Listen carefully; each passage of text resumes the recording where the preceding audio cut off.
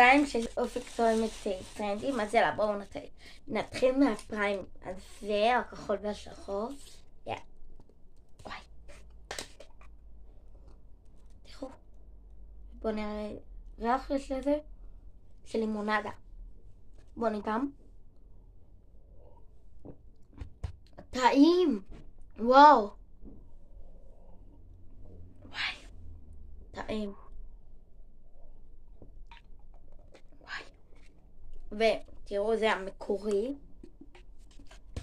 נעבור לפריים מספר 2. הוורוד הזה. עם שחור. יש לזה ריח של קוקוס. ככה הוא נראה, ורד. בוא נטעם. אומגה זה טעים. אתם חייבים לטעום. וגם הוא המקורי. וואי, מספר 3. זה הירוק הזה. וואי, אותו אני הכי אהבתי. ויש להם את אוסף, שם למעלה. יאללה, בואו נטעם. כן, גם הוא המקורי.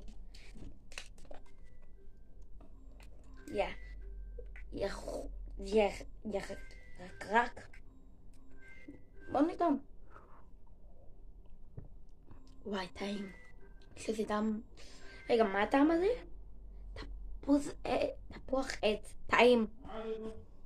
וגם יש לזה ריח של תפוח. אם לא נספיק בחלק הזה, אני אעשה חלק 3. יש לנו עוד פריים 1. זה. יאללה, בואו נטעם. גם הוא המקורי. וואי, זה קשה אבל סגור. וואי, ריח טוב. וזה בטעם קיווי.